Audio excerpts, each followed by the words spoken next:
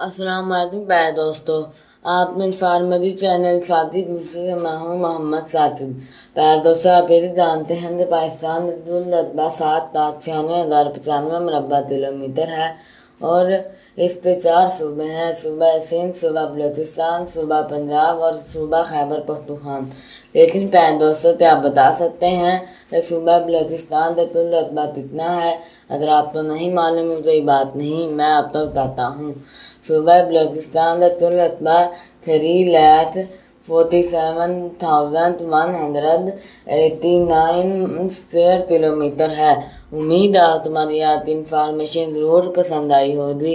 अपनी पसंदीदा का इज़हार हमारी वीडियो को लाइक, शेयर और सब्सक्राइब करके ज़रूर कीजिएगा ताकि आप हमारी हर आने वाली न्यू वीडियो मिल सके।